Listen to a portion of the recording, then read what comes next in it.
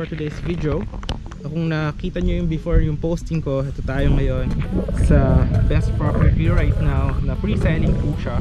Kung mahilig kayo sa dagat, no? I will show you yung drone shot natin. Nandiyan na mismo yung dagat with white sand. Katabi siya mismo nito ang resort, no? So this is Elijah Seabridge Resort. So dito, this one will be a gated property. Ito gagawin yung guardhouse. And there is big concrete roads like this. Yeah. Then there will also be sidewalks. Yeah. So yan po is pag dinaretso nyo yan, papunta po yan ng highway. So around 3 to 4 minutes to highway. So accessible siya by car, by motorcycle. Yeah. Kung ikaw ay from Manila, so this property is only 1 hour and 30 minutes from Manila. And lalo pa yung bibilis kapag natapos na po yung ating Cavite-Batangas Expressway. So yung property natin, ang mga available, last 18 lots na lang po dito. So doon po siya sa may phase 2. Pwede ko po siya ituro. But for now, ipapalipad ko muna yung aking drone shot para makita nyo kung gaano bang kalaki itong property. And undergoing construction po siya. So last 18 lots po yan. May mga 150 square meter, 180, may 200, meron 220. So please watch our drone shot. In 3, 2, 1, here is the drone shot.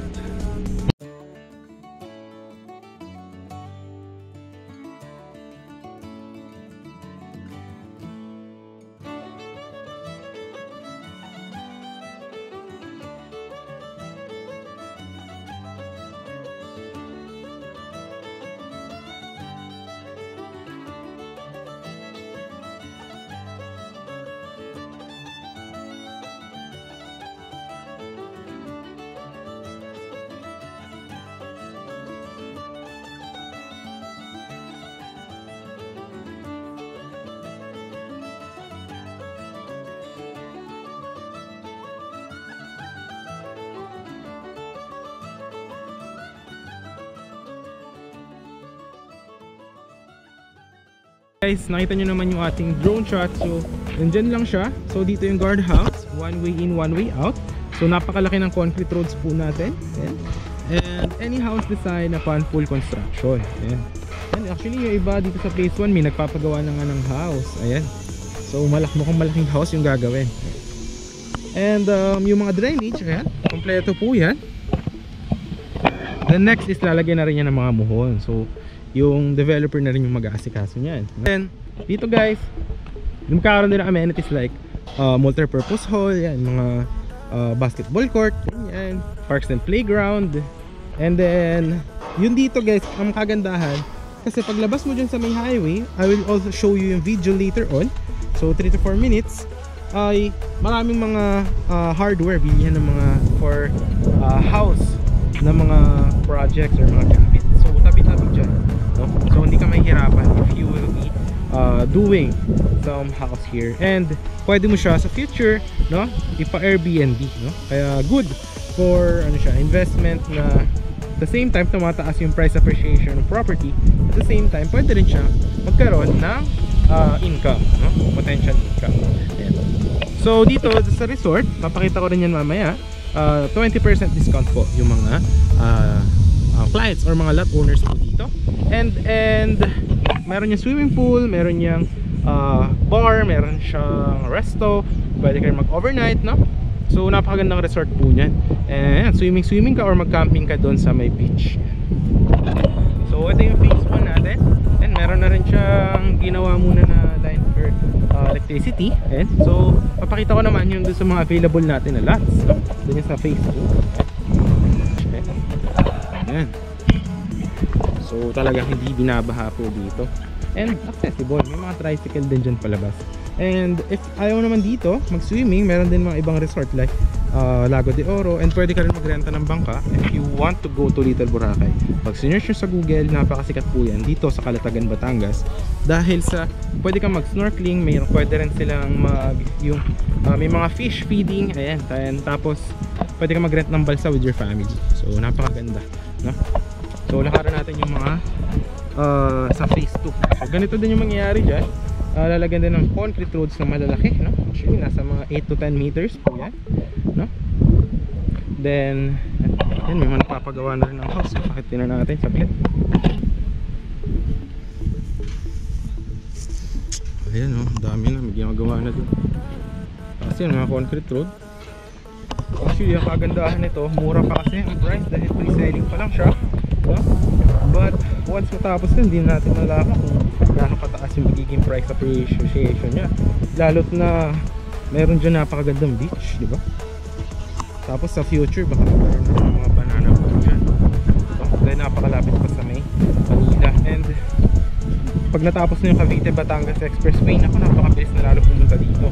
From your SLEX, from Manila ka, Skyway to SLEX to Calax to Cavite Batangas Expressway, diretso ka na dito. So ito, kakaroon din yan ng concrete road dito. From there, yun yung guardhouse lang, oh, diba? Galing ko yung kotse ko. So dito, tapos dyan may access. Nagagawan din yan ng iba pang access para sa mga lot owners, no? Para meron silang swimmingan na maganda with your family. Halimbawa, your diba, investment mo dito o weekend, retirement lot mo, then pwede kang mag-swimming para matanggal yung stress. If you are from the city, napakaingay na syudad, pollution, dito meron kang peace of mind. And ang hangin dito is talagang probinsya feels. And tapos malapit lang din pala sa bayan ng Kalatagan, kasi mga around 10 minutes sa bayan ng Kalatagan. So pwede yun, hospital, schools, ano? Tsaka meron ding mga yung tawag nito, municipal hall, yan. So yung mga lots natin na available is nandun lang, magkakatabihan, may mga 150, may mga 200. Tapos yun ang video, kitang kita mo na. And malapit na yun, kung search mo nga sa Google, Little Boracay, ang ganda dito guys, magkakatabi. Tsaka meron din na 200.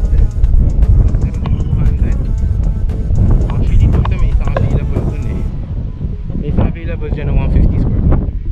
Tapos ano yan, lalagyan pa yan ng perimeter fence palibot ng property, no?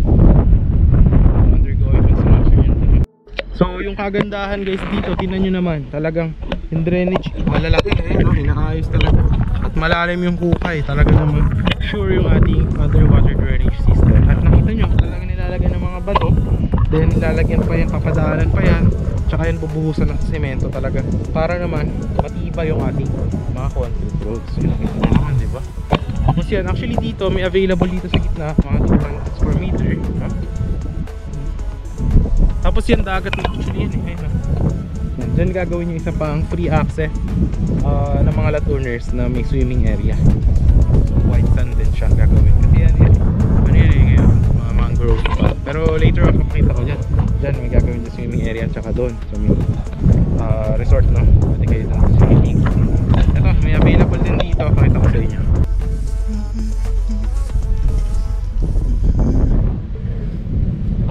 Then guys, so yan, may mga available din pala dyan, may mga available din dyan na 150. Ang kagandahan yan, ang likod nyo, yan, kita nyo na yan, yung mga puno dyan.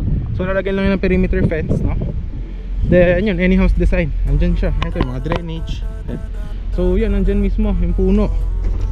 So dyan, mga 150 yan. Kaya malaki actually, no? Yan yung sample na isang 150, oh. So kadalasan nyo yung 10 by 15 meters, eh. May stick na yun dyan. Kita nyo yun dyan, yan, makikita.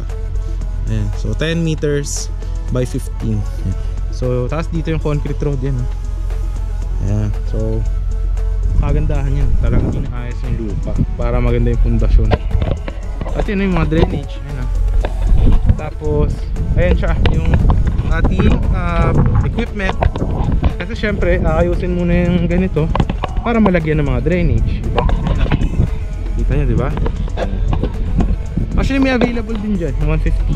So last 18 lots, may mga 150 din guys, sa may access from lot kanina na pinuntahan natin. Papunta naman tayo sa beach. Ayan, dito, kapag mga lot owners, dito yung access nila. So diretso lang dyan. Alright, so tara. So mga ano lang siya, actually 1 minute walk. Kaya tayo pumunta ng beach. Yan yung beach. Ayan. So puntahan natin. Maganda dito mag-swimming mga hapon, malamig-lamig.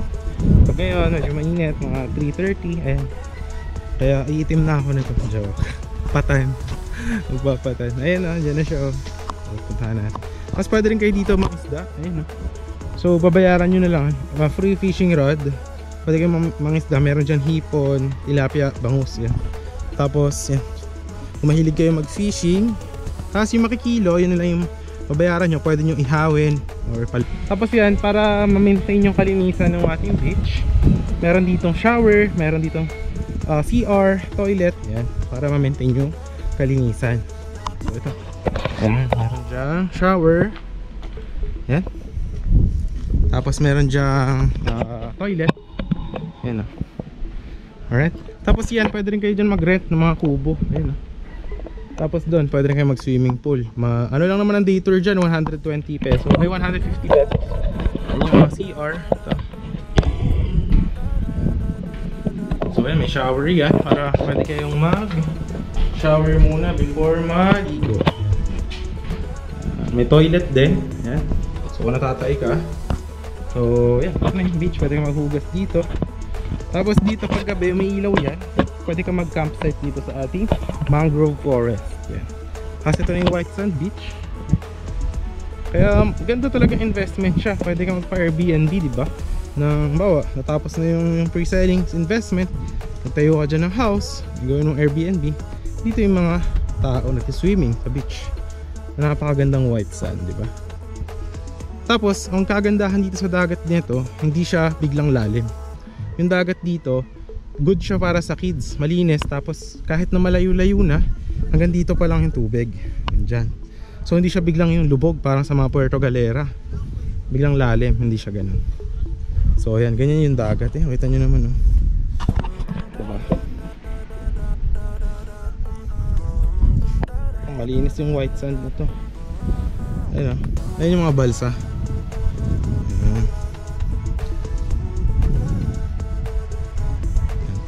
Doon ka pwede mag-camping.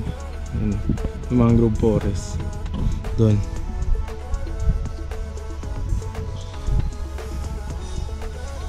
Yan yung dagat, oh. Tingnan nyo. Malinis siya.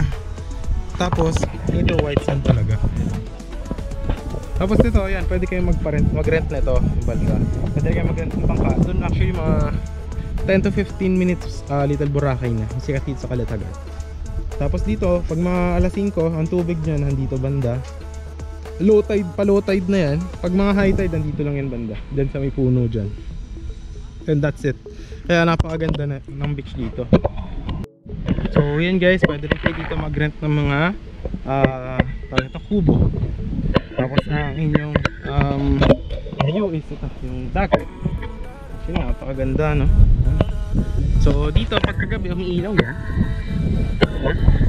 Sabi ko sa inyo na dito merong mga paggabi acoustic band yan. Dahil dito pwede ka magkain-kain dyan. As dito pag mga events place, may events place center din. Ito yung swimming pool. Ito kasi yung swimming pool kung gaano kaganda. Tsaka malinis talaga. Ayan. Then dyan pwede ka pag kami mga event, multi-purpose hall, events place, mga debut, ganyan, pwede rin dyan. Then ito yung Elijah Seabreeze bar, or makikita nyo.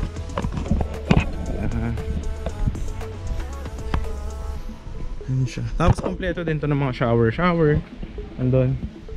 Saka pwede rin kayo mag-overnight dyan, mura lang. Ito yung Seabreeze bar. Ayan. Ayan. So yan, pwede ka dyan mag-relax. May mga cafe.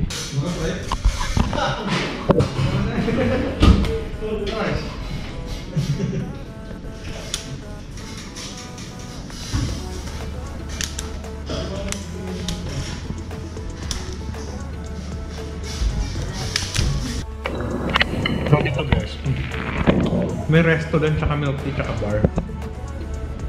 So ako more than milk tea kasi nakikita ako. Kaya meron lang yung mga pagkain. Gusto nyo mag-relax eh, no? May restaurant, may pool, di ba? Ganda. Tsaka sarap ng milk tea.